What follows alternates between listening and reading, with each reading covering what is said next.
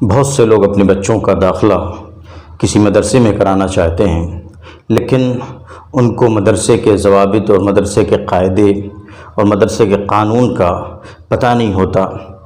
وہ یہ نہیں جانتے کہ مدرسے میں داخلے کے لیے کیا چیزیں ضروری ہوتی ہیں اور کون سے کاغذات مدرسے میں مانگے جاتے ہیں، کون سے ڈاکومنٹس، کون سے دستاویزات مدرسے میں طلب کیے جاتے ہیں۔ تو سب سے آسان اور سب سے بہتر طریقہ تو یہی ہے کہ آپ اپنے قریبی مدرسے میں خود جائیں، تاکہ مدرسے سے ایک قرب بھی پیدا ہو اور مدرسے میں جا کر واقعی جو صورتحال ہے وہ آپ کو معلوم ہو سکے۔ وہاں کے دفتر سے رجوع کریں، بلکہ اپنے بچے کو لے کر جائیں اگر کوئی قریبی مدرسہ ہے، اور وہاں پر جو کارروائی ہے مدرسے میں داخلے کی اس کو پورا کریں۔ عام طور پہ مدرسوں میں یہی ڈاکومنٹس مانگے جاتے ہیں کم و بیش۔ اگر یہ چیزیں آپ کے پاس ہیں اور اس کو آپ نے مہیا کر لیا تو کسی بھی مدرسے میں آپ اپنے بچے کو لے کر جائیں، انشاءاللہ وہاں پر داخلے کی کارروائی آسانی کے ساتھ مکمل ہو جائے گی۔ کوئی بہت بڑا مسئلہ نہیں ہے، لہٰذا یہ ڈاکومنٹس جو میں بتانے والا ہوں اس کو مہیا کر لیں، اور اس کے بعد پھر اپنے بچے کے ساتھ آپ مدرسے کا رخ کریں، یا اپنے بچے کو خود آپ بھیج دیں۔ اگر وہ بچہ سمجھدار ہے، بڑا ہے، تو اس کو آپ خود بھی بھیج سکتے ہیں، اکیلے بھیج سکتے ہیں۔ وہ کیا کاغذات ہیں، وہ کیا ڈاکومنٹس ہیں جو مدرسے میں داخلے کے وقت مطلوب ہوتے ہیں؟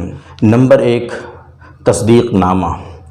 پہلے مدرسے کا، یعنی جس مدرسے میں آپ کا بچہ پہلے پڑھتا تھا اس مدرسے سے ایک تصدیق نامہ، یعنی وہ ایک لیٹر لکھ دیں گے کہ یہ بچہ ہمارے مدرسے میں پڑھتا تھا اور اس کا اخلاق اچھا تھا اور اس نے فلاں درجے کی تعلیم حاصل کی، اور وہ آپ کے مدرسے میں جانا چاہتا ہے، جس کو ٹی سی کہتے ہیں یا تصدیق نامہ آپ کہہ لیجئے اردو میں۔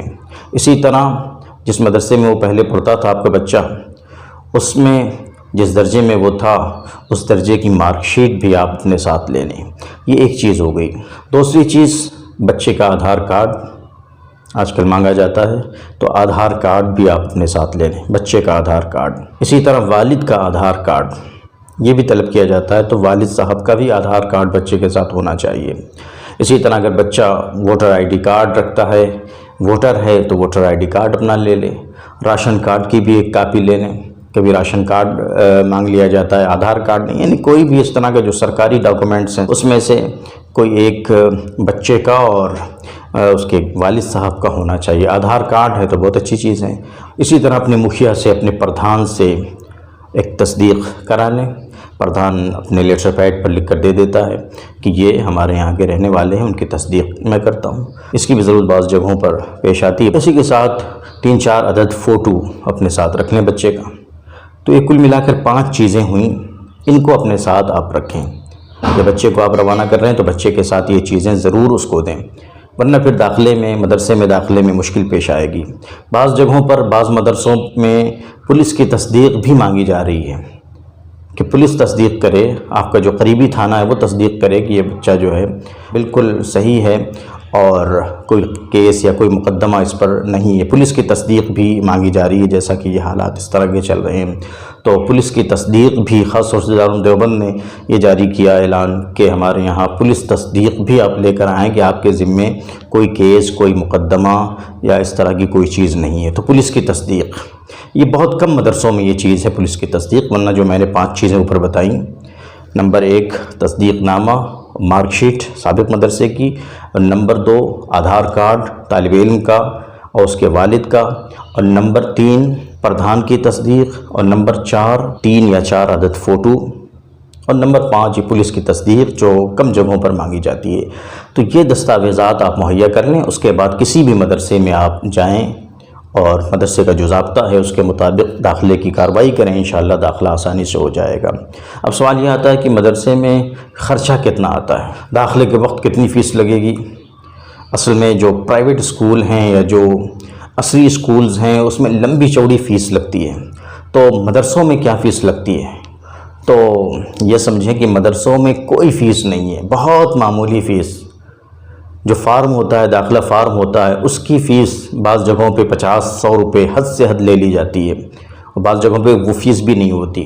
تو جو داخلے کا فارم ہوتا ہے جس پہ آپ کا نام اور آپ کا ایڈریس اور تمام چیزیں لکھی جاتی ہیں، فوٹو وغیرہ چسپا کیا جاتا ہے، جو داخلے کا فارم ہوتا ہے اس کی فیس کے نام پر کچھ روپے مدرسوں میں وصول کیے جا سکتے ہیں اور وصول کیے جاتے ہیں بہت معمولی 50 سے 100 روپے کے اندر، کہیں بہت زیادہ ہوا تو 100-200 ہو سکتا ہے، اس سے زیادہ داخلے فارم کی فیس نہیں ہوتی۔ تو ایک تو یہ داخلے فارم کی فیس لگتی ہے جو بہت معمولی ہے، اور دوسرا سوال یہ آتا ہے کہ خوراکی کتنی ہوتی ہے، بچہ ہاسٹل میں رہے گا تو کتنی خوراکی آئے گی، کھانا بھی ہاسٹل سے کھائے گا، مطبخ سے کھائے گا مدرسے کے، تو کتنا خرچہ آئے گا۔ تو اس سلسلے میں مدرسوں نے یہ ضابطہ بنایا ہے کہ جو بچے مستطیع ہیں یعنی خوراکی دے سکتے ہیں، ان کا گھر گھرانہ اچھا ہے اور مضبوط ہیں معاشی لحاظ سے، تو وہ خوراکی ادا کر سکتے ہیں۔ اور خوراکی بہت زیادہ نہیں ہوتی مدرسوں میں، آج کی اس مہنگائی کے زمانے میں بھی 1000-1200 مان لیجیے آپ، ایک اوسط 1000-1200 خوراکی ہو سکتی ہے مدرسے میں۔ اور اگر کوئی بچہ غیر مستطیع ہے یعنی اس کے حالات اچھے نہیں ہیں، تو کوئی ضروری نہیں کہ وہ فیس دے، خوراکی فیس دے، اس کی خوراکی معاف ہوتی ہے، اور جو چندہ ہوتا ہے عام مسلمانوں کی جانب سے جو چندہ ہوتا ہے، اسی چندے کو خوراک پر اور مطبخ پر خرچ کیا جاتا ہے۔ تو بہت سے بچے غیر مستطیع ہوتے ہیں جو خوراکی فیس دینے کی پوزیشن میں نہیں ہوتے، تو ان کے لیے ضروری نہیں ہوتا کہ وہ خوراکی فیس دیں۔ تو اگر آپ خوراکی دے سکتے ہیں جو 1000-1200 ایک اوسط اس کے درمیان ہو سکتی ہے، تو وہ آپ دیں، اور اگر نہیں دینا چاہتے ہیں، آپ کی حالت ایسی نہیں ہے، تو خوراکی نہ دیں، بالکل فری کھانا آپ کو مدرسے میں ملے گا۔ اب آخری سوال یہ ہے کہ بچہ جب مدرسے میں پڑھے گا تو ماہانہ خرچہ کتنا آئے گا، والد کو یا گھر والوں کو اپنے بچے کو ماہانہ کتنا خرچ دینا چاہیے۔ تو آپ یہ سمجھیں کہ اگر حالت اچھی نہیں ہے گھر کی تو کوئی خرچہ ورچہ دینے کی ضرورت نہیں، بس معمولی سے روپے آپ اس کو دے دیں جو اس کی جیب میں رہیں، کرائے بھاڑے کے لیے رہیں یا دوا علاج کے لیے رہیں یا کاپی کتاب کے لیے کچھ پیسوں کی ضرورت پیش آ سکتی ہے، یا ناشتے وغیرہ کے لیے، چائے وغیرہ کے لیے کچھ روپے پیسے کی ضرورت پیش آئے گی، یعنی 1500 روپے اگر وہ بچہ خوراکی نہیں دیتا ہے تو 1500 روپے مہینے بھر کے لیے کافی ہوگا۔ 1000 مان لیجئے، 1000 روپے آپ اگر اس کو دے دیتے ہیں اپنے بچے کو، تو انشاءاللہ وہ مدرسے میں رہ کر اپنی تعلیم مکمل کرتا رہے گا، اسے کوئی خاص فکر نہیں رہے گی۔ لیکن اگر خوراکی بھی آپ دے رہے ہیں تو پھر ڈبل کر لیجئے، 1000 کے بجائے 2000 پکڑ لیجئے، یہ یا جو ہے حد سے حد 2500 روپے پکڑ لیجئے۔ 2500 روپے میں بچہ بہت اچھی طرح خوراکی فیس بھی دے سکتا ہے، اس کے علاوہ اپنے دیگر جو اس کے اخراجات ہیں وہ بھی بآسانی پورے کر سکتا ہے۔ تو مدرسے میں کوئی خرچہ نہیں ہوتا، کوئی بہت زیادہ پیسہ نہیں لگتا، نہ کوئی تعلیمی فیس ہوتی ہے اور نہ اور کوئی ڈونیشن وغیرہ کے نام پہ کوئی فیس لی جاتی ہے، کچھ نہیں، بلکہ کتابیں بھی مدرسے سے مہیا کرائی جاتی ہیں۔ ابتدائی درجات میں کتابیں بچوں کو خریدنی ہوتی ہیں جو بہت مہنگی بھی نہیں پڑتی، بہت سستی ہوتی ہیں، 400-500 روپے میں کتابیں آ جاتی ہیں۔ اس کے علاوہ جو علیہ درجات ہوتے ہیں، جو اوپر کے درجات ہوتے ہیں، اس میں مدرسے کی لائبریری ہوتی ہے، اس سے کتابیں فراہم کرا دی جاتی ہیں۔ اس کے علاوہ کچھ کاپیاں خریدنی ہوتی ہیں۔ تو کل ملا کے یہی خرچہ ہے، بہت آسان، بہت کم خرچ کی پڑھائی ہوتی ہے مدرسے میں، اور ظاہر سی بات ہے یہ سب کیسے ممکن ہو پایا، یہ سب عام مسلمانوں کے چندے سے ممکن ہو پاتا ہے۔ لہٰذا ہم سب کا فریضہ بھی بنتا ہے، ہم سب کی ذمہ داری بھی بنتی ہے کہ ہم مدرسوں کو اپنے عطیات سے نوازیں اور مدرسوں کی بھرپور امداد کریں۔ یہی ظاہر سی بات ہے، ملت کا سرمایہ ہے۔